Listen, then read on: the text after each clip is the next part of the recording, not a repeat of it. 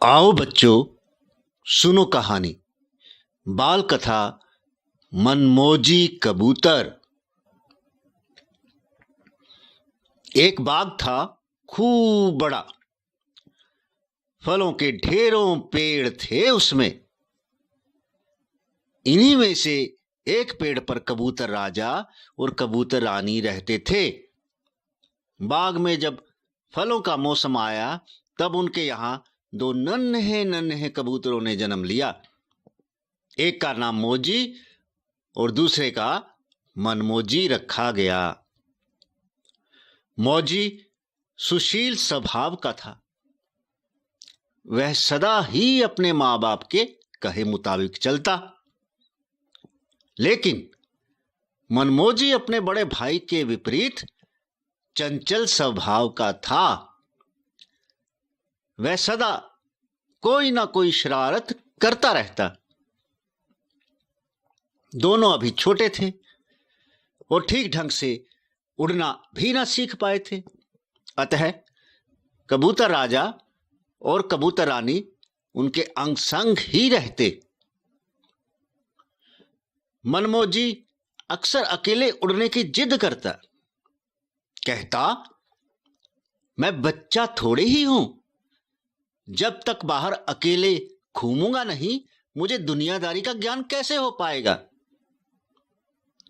इस पर उसके माता पिता उसे समझाते कि अभी उसके पंखों में पूरी तरह से मजबूती नहीं आ पाई है, इसलिए उसे बाहर अकेले जाने में सब्र से काम लेना चाहिए।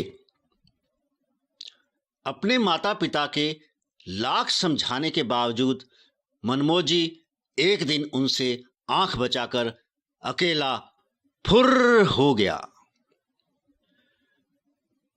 बाग से बाहर आ उसने अपने छोटे छोटे पंखों को जोरों से फड़फड़ाया और सीधे ऊपर की ओर उड़ान भरने की चेष्टा में अपना संतुलन खो बैठा। वह हवा में झूलता हुआ एक पेड़ पर जा गिरा। मनमोजी जहां गिरा वहां कौओं की एक टोली रहती थी। अप्रत्याशित व अन्य प्रजाति के पक्षी को देख सभी कौए आव की ताव में मनमोजी की ओर झपटे। मनमोजी बुरी तरह से सहम गया।